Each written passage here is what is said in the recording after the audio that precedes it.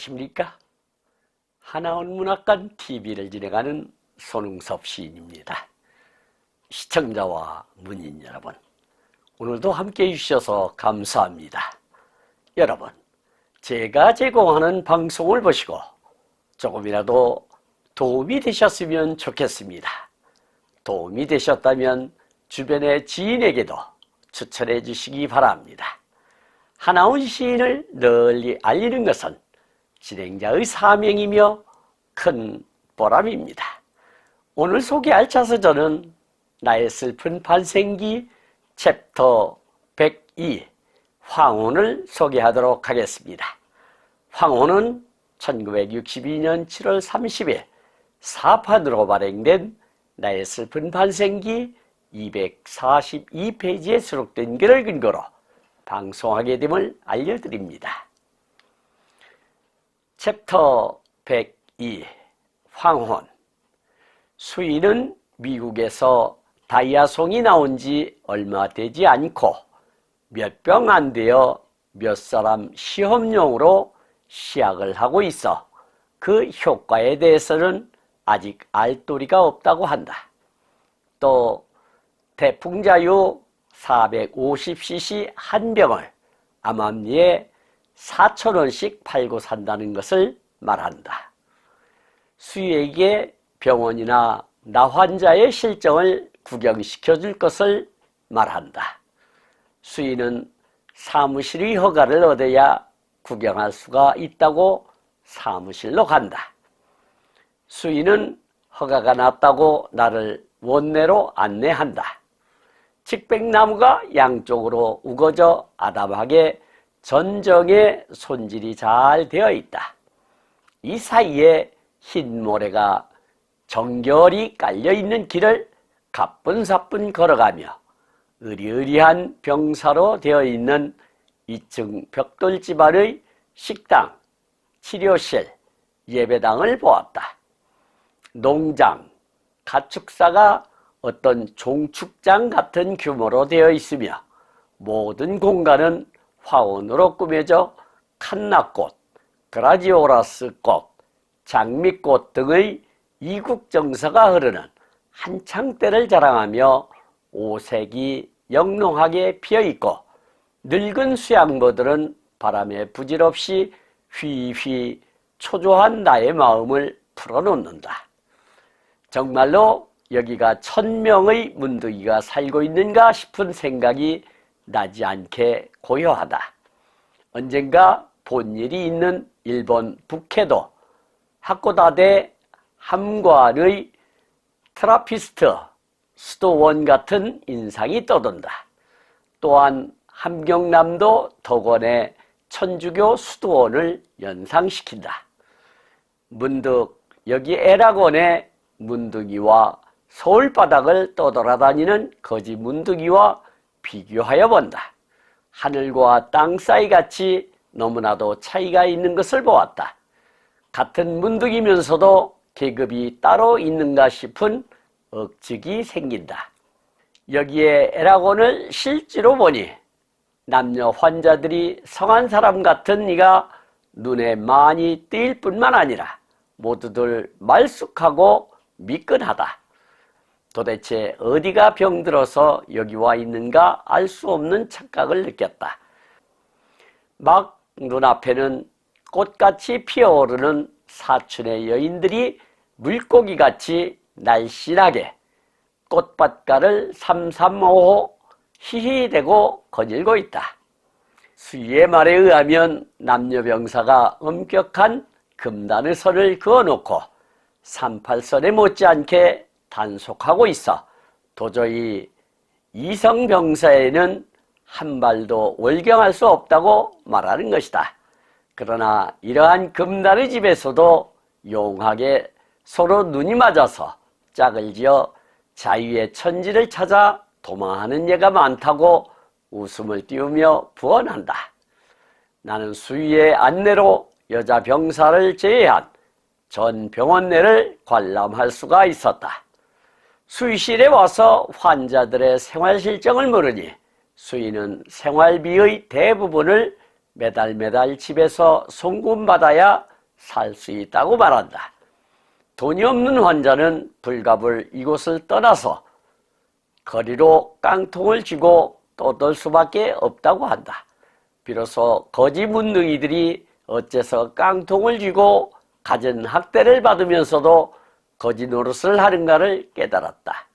우울한 감정에 잠겨 있을 때 어디선지 여자 환자들의 사부 합창의 찬송가 소리가 여느 여학교의 합창단의 합창보담 손색이 없이 들려온다.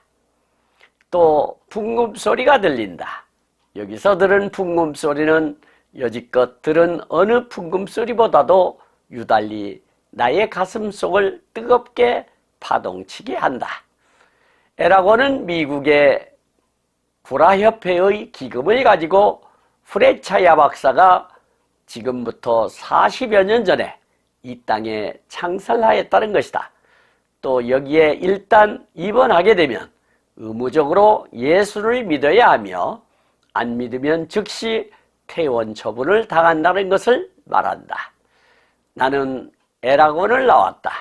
아직도 풍금소리는 내 귓가에 들리며 저 영원한 나라에서 오는 음률처럼 나를 명상 속에 잠기며 눈물에 흐느끼게 한다. 아무도 모르는 이 대구 땅에서 황혼이 짙어지는 이 저녁 무렵에 도대체 어디로 가야 하나 라고 챕터 102를 기록하고 있습니다. 시청하시면서 혹 이해가지 않는 문장이 있었나요? 아니면 어려운 단어가 있었나요? 조금 더 깊이 있게 살펴보도록 하겠습니다. 첫 번째 답론을 보도록 하겠습니다. 수인은 미국에서 다이아송이 나온 지 얼마 되지 않고 몇 병 안 되어 몇 사람 시험용으로 시약을 하고 있어 그 효과에 대해서는 아직 알 도리가 없다고 한다. 또 대풍자유 450cc 한 병을 암암리에 4,000원씩 팔고 산다는 것을 말한다. 수희에게 병원이나 나 환자의 실정을 구경시켜 줄 것을 말한다.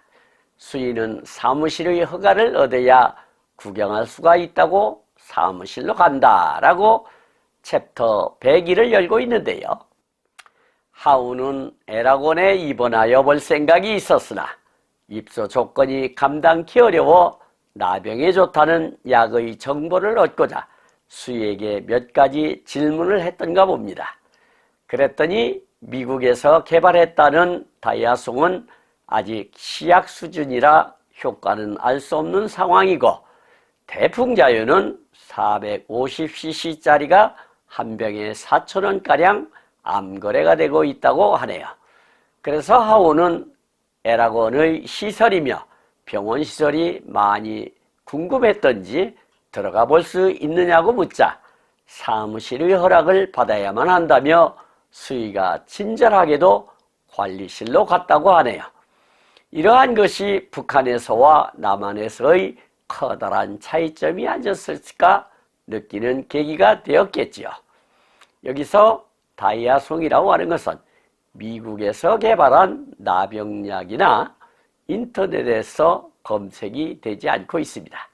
그리고 시약이라고 하는 것은 대가 없이 무료로 약을 지어줌을 뜻하는 말이 되겠습니다. 그리고 효과라고 하는 것은 어떤 목적을 지닌 행위에 의하여 나타나는 보람 있는 일이나 결과를 뜻한다 할 수 있겠습니다. 그리고 대풍자유라고 하는 것은 이 나무과 히드로카르푸스에 속하는 여러 가지 식물의 종자를 압착하여 얻은 지방류, 내산성 내균의 성장을 저해하는 작용이 있어 나병약으로 쓰인다 합니다. 그리고 암암리라고 하는 것은 남이 모르는 사이라는 뜻이 되겠고요. 실정이라고 하는 것은 실제의 사정이나 정세를 뜻한다 할 수 있겠습니다. 그리고 허가라고 하는 것은 공적인 입장이나 윗사람의 입장에서 어떤 행동이나 일을 할 수 있게 함을 뜻하는 말이 되겠습니다. 다음 단원을 보도록 하겠습니다. 수인은 허가가 났다고 나를 원내로 안내한다. 측백나무가 양쪽으로 우거져 아담하게 전정의 손질이 잘 되어 있다. 이 사이에 흰 모래가 정결히 깔려있는 길을 가뿐사뿐 걸어가며 으리으리한 병사로 되어 있는 2층 벽돌 집안의 식당, 치료실, 예배당을 보았다. 농장, 가축사가 어떤 종축장 같은 규모로 되어 있으며 모든 공간은 화원으로 꾸며져 칸나꽃, 그라지오라스 꽃, 장미꽃 등의 이국정서가 흐르는 한창대를 자랑하며 오색이 영롱하게 피어있고 늙은 수양보들은 바람에 부질없이 휘휘 초조한 나의 마음을 풀어놓는다. 정말로 여기가 1000명의 문둥이가 살고 있는가 싶은 생각이 나지 않게 고요하다. 언젠가 본 일이 있는 일본 북해도 하코다테 함관의 트라피스트 수도원 같은 인상이 떠돈다. 또한 함경남도 덕원의 천주교 수도원을 연상시킨다라고 기록하고 있는데요. 하우는 방문 허가가 떨어져 수의의 안내를 받아 투어를 시작했는데 마치 일본의 하코다테 수도원 같기도 하고 함경남도의 덕원에 있는 천주교 수도원 같은 분위기를 낸다고 하네요. 양쪽으로 심어진 측백나무 사이로 하얀 모래가 깔려있고 2층 집 붉은 벽돌로 지어진 건물은 으리으리하게 보였다고 하네요. 그 건물에 위치한 식당, 치료실, 예배당을 보고 농장과 가축사도 보았는데 마치 종축장같이 느껴졌으며 곳곳마다 공간에 칸나와 그라지오라스 꽃과 장미꽃이 어우러져 이국적인 느낌마저 들었다고 증언하네요. 아마도 애국 선교사가 설립했으니 그들의 정서에 맞게 건설되지 않았을까 유추해봅니다. 환우 1000명을 수용했다고 하니 그 규모를 예측할 수 있겠습니다. 여기서 원내라고 하는 것은 정원의 안일 수도 있고 애락원의 안을 뜻한다 할 수 있겠습니다. 그리고 측백이라고 하는 것은 측백나무과에 속한 상록, 교목을 뜻한다 할 수 있겠습니다. 그리고 전정이라고 하는 것은 전정의 일본 또는 중국의 표현법으로 나무의 겉모양을 고르게 하고 과실의 생산을 늘리기 위해 나무가지의 일부를 잘라주는 일을 뜻한다 할 수 있겠습니다. 그리고 병사라고 하는 것은 앓는 사람을 수용하는 집을 뜻하는 말이 되겠고요. 예배당이라고 하는 것은 교회의 이전말이라 할 수 있겠습니다.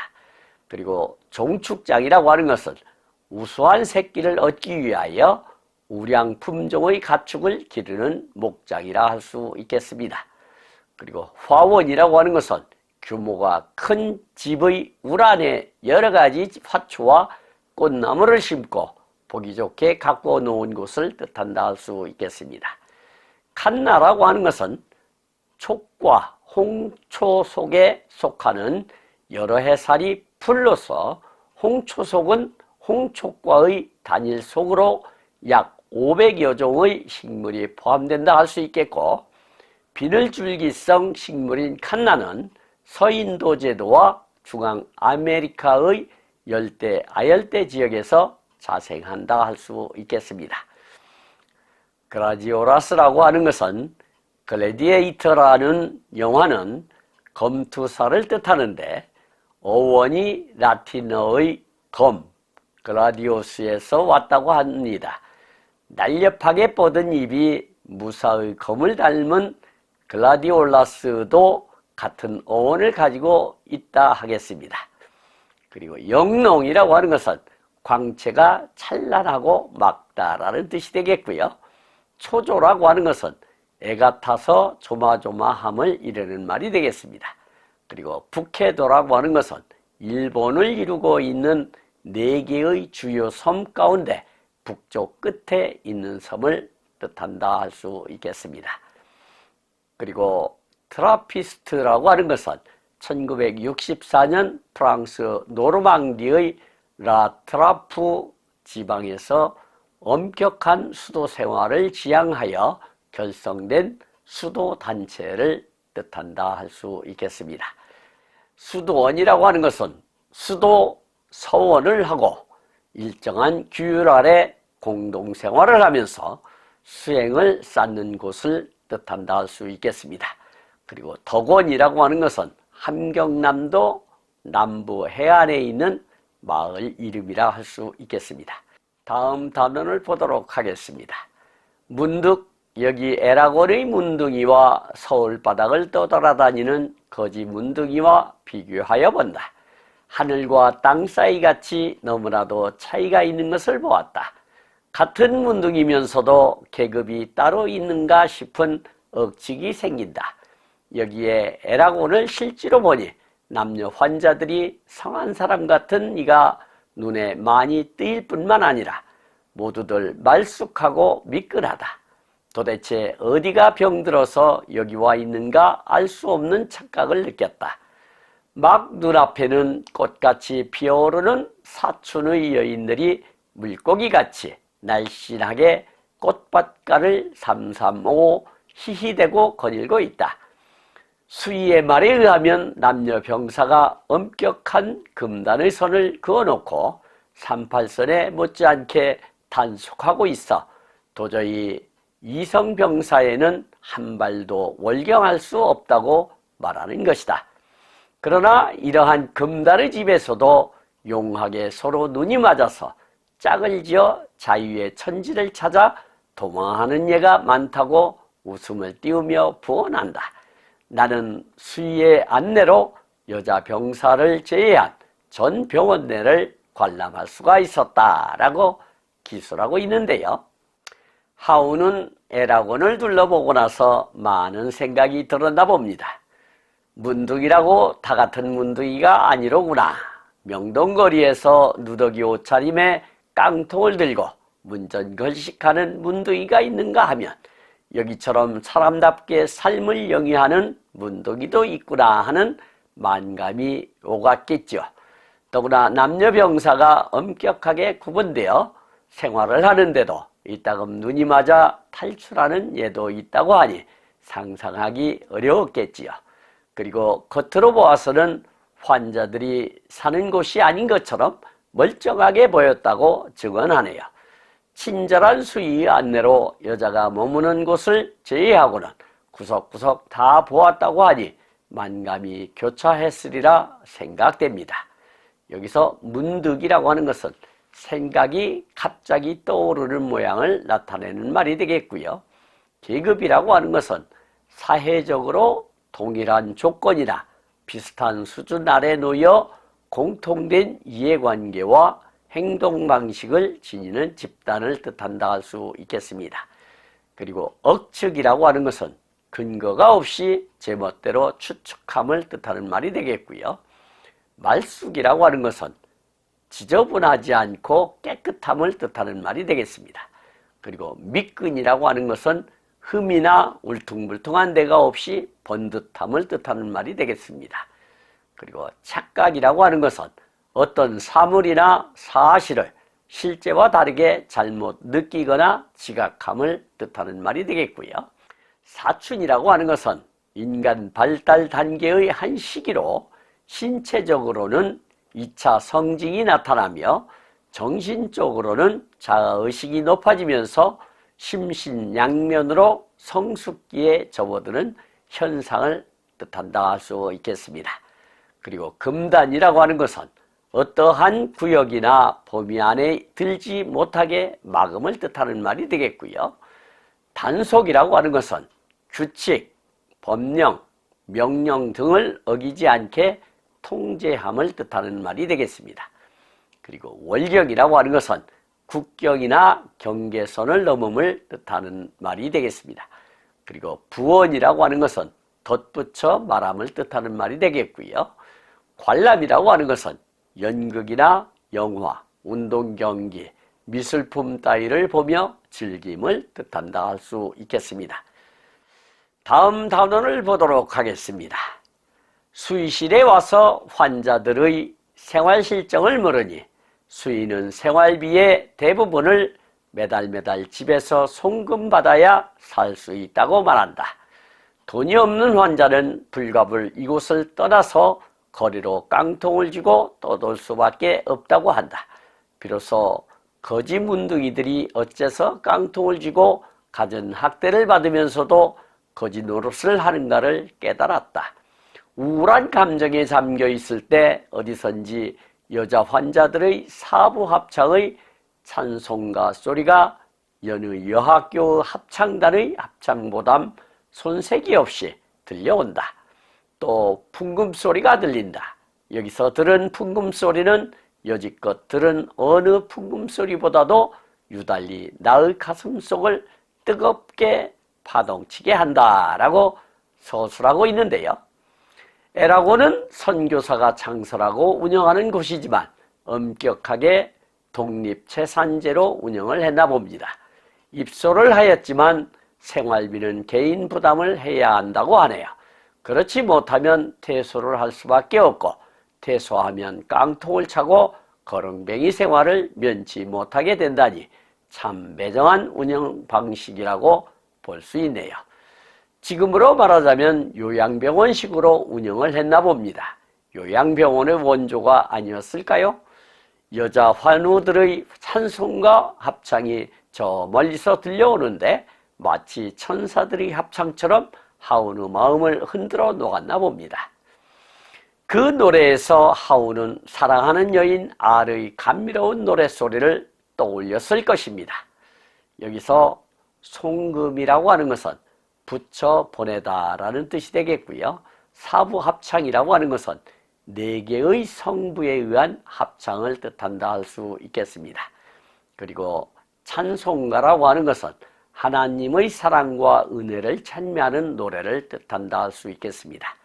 그리고 합창단이라고 하는 것은 합창을 할 목적으로 조직된 단체를 뜻한다 할 수 있겠고요. 손색이라고 하는 것은 서로 비교해 보아서 못한 점을 이르는 말이 되겠습니다. 그리고 풍금이라고 하는 것은 페달을 밟아 관에서 바람을 일으켜 소리를 울리는 건반 악기를 뜻한다 할 수 있겠습니다.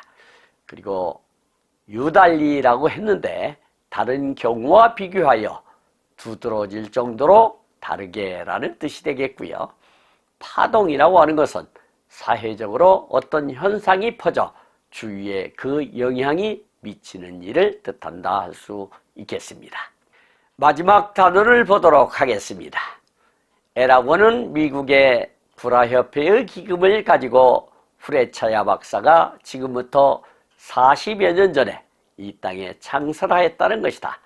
또 여기에 일단 입원하게 되면 의무적으로 예수를 믿어야 하며 안 믿으면 즉시 퇴원 처분을 당한다는 것을 말한다. 나는 에라곤을 나왔다.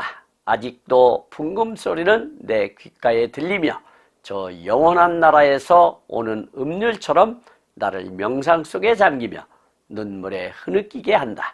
아무도 모르는 이 대구 땅에서 황혼이 짙어지는 이 저녁 무렵에 도대체 어디로 가야 하나라고 챕터 102를 마감 짓고 있습니다.